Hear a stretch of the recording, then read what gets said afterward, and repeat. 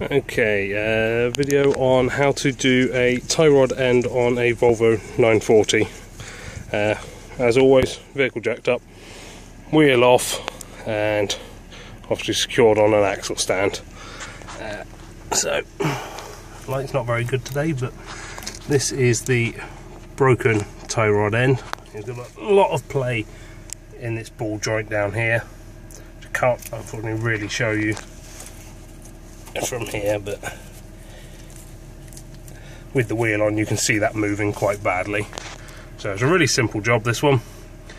One nut on the top there, it's an 18mm. I'll try and get that into focus, and then second nut over there, and nice and easy to do. So we'll start by getting it loose.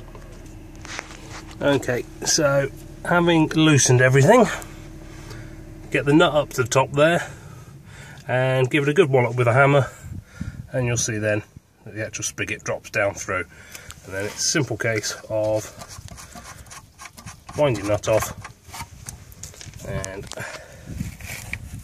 give it a wiggle, and out she pops. And then unscrew the other end.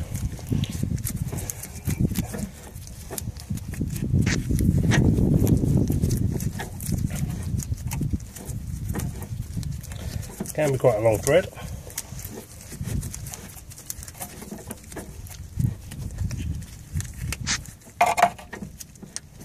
And you see with this one it's coming off quite rusty, so it's well worth giving it a good clean up and reapplying some copper slip.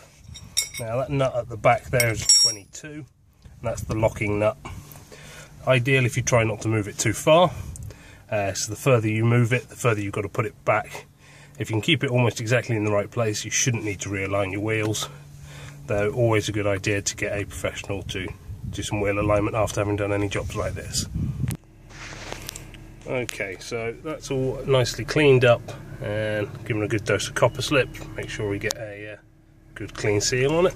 So ready to put the replacement on, which we can see here. Much the same, nut on the top.